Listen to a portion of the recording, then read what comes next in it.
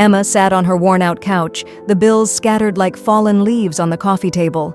The cries of her 3-year-old son, Jake, and the chatter of her 5-year-old daughter, Emily, blended into the background. Her mind spiraled, lost in a fog of worry. It had been 2 years, 2 long years, since her husband had left. The weight of being a single mother pressed down on her like an unrelenting storm. She tried to hold it together, but the thought of tomorrow's unpaid rent made her stomach twist. Exhausted, Emma decided maybe a walk would help. A rare moment to breathe, to think. But deep down, even she doubted it would change anything. The park was serene, the morning mist hanging low like a soft veil, while Emily skipped ahead, chasing imaginary butterflies. Then she saw her, an elderly woman sitting on a wooden bench, tossing breadcrumbs to a flock of birds. "Good morning," the woman said warmly. Her voice, it was like a gentle breeze. Emma managed a small nod but kept walking. Not now, she thought. She wasn't in the mood for conversation. The next day, Emma found herself at the park again. This time, Emily wandered over to the old woman, curious about the birds. "Can I feed them too?"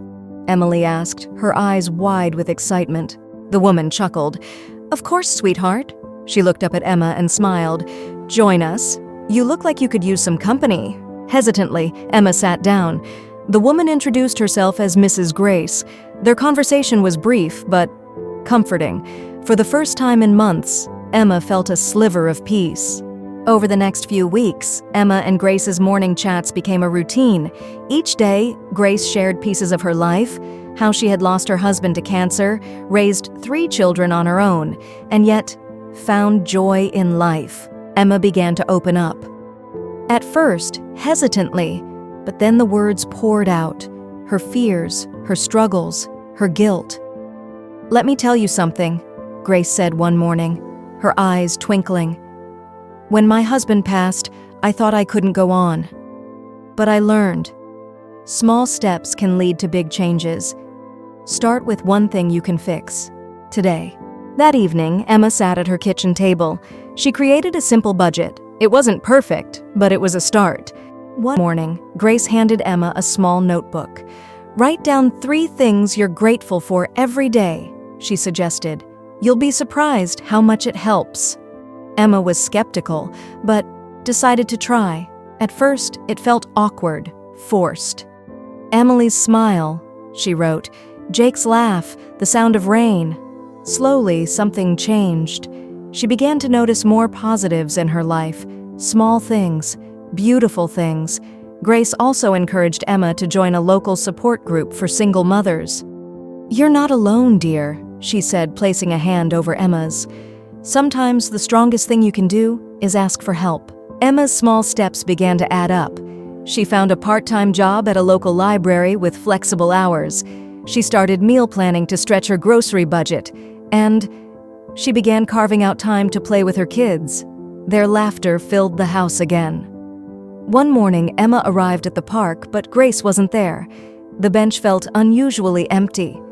Concerned, Emma asked a park caretaker about her. "Mrs. Grace?" he said. "She's been unwell for a while. She's at the hospice nearby." Emma visited Grace at the hospice. The old woman's face lit up when she saw her. "Emma," she said weakly, her voice barely above a whisper, "I knew you'd come." Tears filled Emma's eyes. "You've done so much for me. I don't know how to thank you." Grace smiled, her frail hand reaching out to Emma's. "Just live your life, Emma, and remember, the sun always rises, no matter how dark the night." A week later, Grace passed away. Emma felt an ache in her heart, but also a profound sense of gratitude. Grace had given her the tools to rebuild her life. In honor of Grace, Emma started a small group for single mothers at the library. She shared the lessons she had learned, spreading Grace's wisdom to others who needed it. Emma's life wasn't perfect, but it was full of hope. Each morning, as she walked through the park with her kids, she would pause at Grace's bench, a silent tribute to the woman who had changed her life.